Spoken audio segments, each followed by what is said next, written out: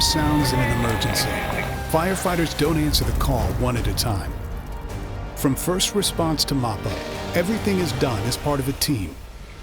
Firefighters stand tall because they stand together, whether battling Mother Nature on the fire lines or fighting for their rights on the job.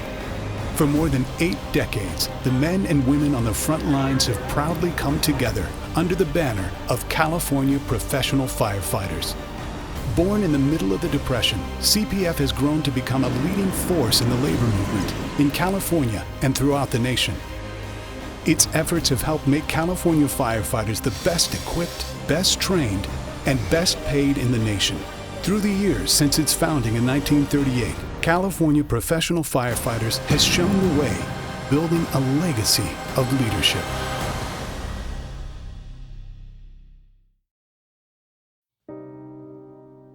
The job of a firefighter in the early years of the 20th century was often brutally difficult. Salaries were meager, hours were punishing, and nobody thought much about retirement or health care. If you were killed or injured on the line, the department didn't care. It was just next man up. At the urging of legendary labor leader Samuel Gompers, local firefighter unions began forming throughout the U.S. and Canada to fight for better pay and better treatment on the job. In 1918, more than 60 locals came together to form the International Association of Firefighters, the IAFF. In California, the union movement grew slowly during the Depression. Cities often retaliated against labor by firing local union leaders or just shutting down the union altogether. If firefighters were going to effectively fight for their rights, they needed a strong voice in Sacramento. In the fall of 1938, representatives from all 10 of the state's IAFF locals gathered in Bakersfield. There they formed the International Firefighters of California, the organization that would become California Professional Firefighters. Within a year of its birth, the new organization and its founding president, Milton Terry, won a legislative fight that would echo through the decades, the Heart, Lung, and Hernia Presumption Law of 1939. Through the 1940s, local unions increased their activism at the ballot box and in the courts. In 1947, Long Beach Firefighters Local 372 won a groundbreaking state Supreme Court case affirming firefighters' vested pension rights. During the 1950s, unions faced intense retaliation from local governments. In response, the newly renamed Federated Firefighters of California achieved another milestone when Governor Pat Brown signed the Firefighters' Right to Organize Bill. The 1959 law made firefighters the first public employees of any kind to have the explicit right to join a union. Through the 1960s, Federated Firefighters of California continued to advance the cause of frontline first responders, winning important victories on expanded pension benefits, collective bargaining, and the right to organize. By the end of the decade, however, the fire service was in turmoil. Firefighters in Vallejo, Sacramento, and San Diego went on strike in 1969 and 1970 to protest low pay, long hours, and management disrespect. During Sacramento's 3-week strike, then-Governor Ronald Reagan ordered state personnel into fire stations as strikebreakers.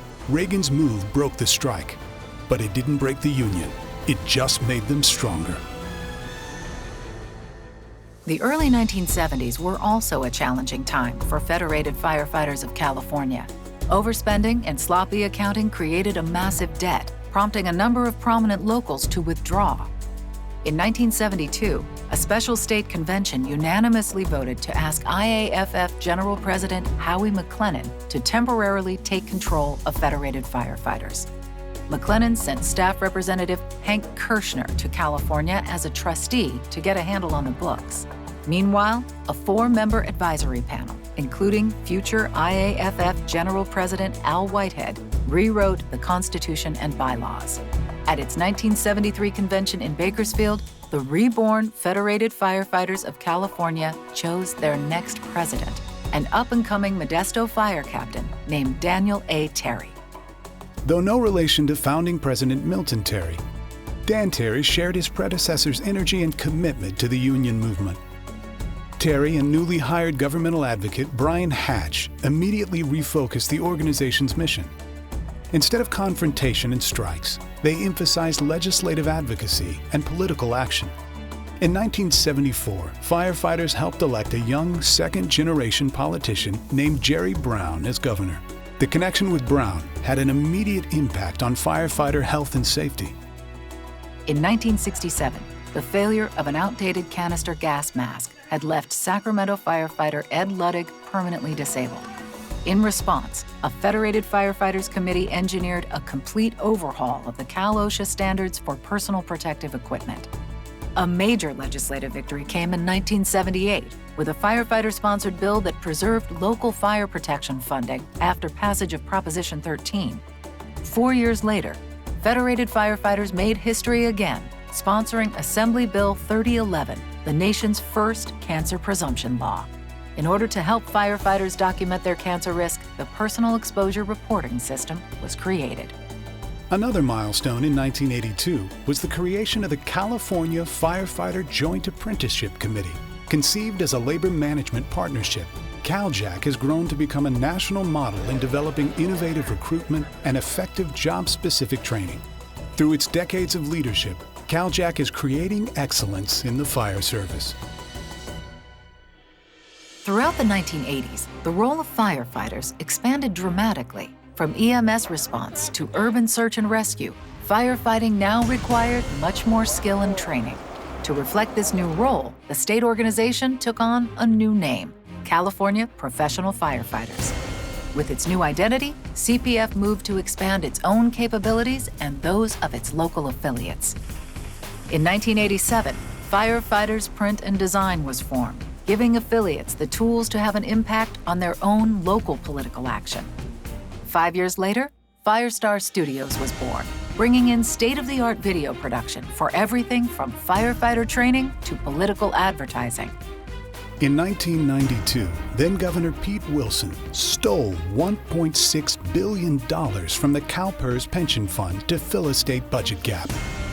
In response, CPF gathered more than 1 million signatures to qualify Proposition 162, the Pension Protection Act. Armed with its new media capabilities, CPF almost single-handedly led the successful fight to pass Proposition 162, handing Wilson a stunning defeat.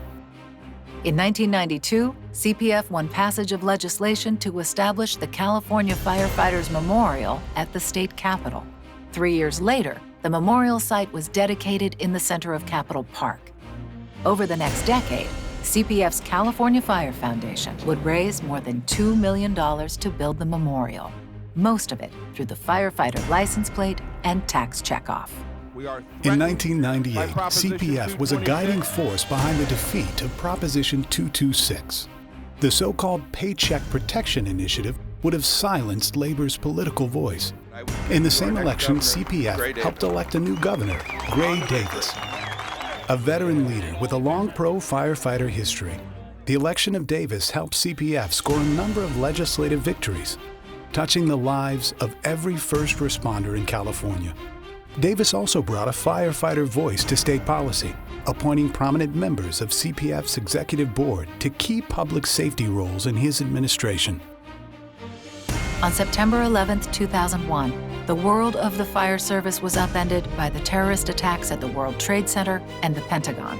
1 month afterward, thousands of firefighters from throughout California paid their respects to the fallen at the California Day of Remembrance. CPF also put grief into action by winning funding for groundbreaking firefighter-specific training, terrorism consequence management. In April 2002, the California Firefighters Memorial was unveiled in Capitol Park. The names of 855 California firefighters who fell in the line of duty were inscribed on the memorial at the time of its unveiling. Over the next decade, another 400 would be added at a succession of solemn annual memorial ceremonies. The California Firefighters Memorial remains a timeless tribute to men and women of uncommon courage.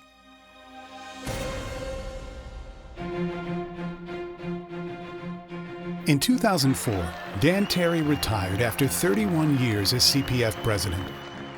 As his replacement, delegates to the 2004 CPF convention elected Lou Paulson from Contra Costa County Professional Firefighters Local 1230. Within a year, the organization was locked in an epic fight with then Governor Arnold Schwarzenegger. Schwarzenegger latched onto a proposal to privatize the retirement system in California. The measure was so sweeping, it even eliminated benefits for the widows and orphans of fallen firefighters. CPF rallied members against the proposal, organizing protest and a spirited Chasing Arnold campaign. Eventually, Schwarzenegger dropped the pension plan, but continued to push for a November special election that included another attempt to silence labor's voice. Firefighters became the public face of Schwarzenegger's opposition, along with teachers, nurses, and law enforcement. When the election was held, all 4 of the governor's so-called reform initiatives were defeated. After his re-election in 2006, Schwarzenegger changed his approach to firefighters. The next year, CPF realized a 30-year quest when the governor signed the Firefighters' Bill of Rights. The new law protected representation rights and due process and disciplinary procedures. It was one of several important measures signed during Schwarzenegger's second term.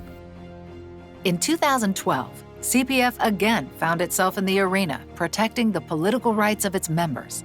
With early financing and media support, firefighters were instrumental in defeating Proposition 32, a third attempt to silence the united voice of labor. In 2018, Brian K. Rice of Sacramento Area Firefighters Local 522 was elected as CPF president. Within a year, CPF again made history when Governor Gavin Newsom signed a groundbreaking presumption law covering post-traumatic stress injury. He also signed industry-leading confidentiality standards for peer support. These laws gave California firefighters the most comprehensive PTSI protections in the country.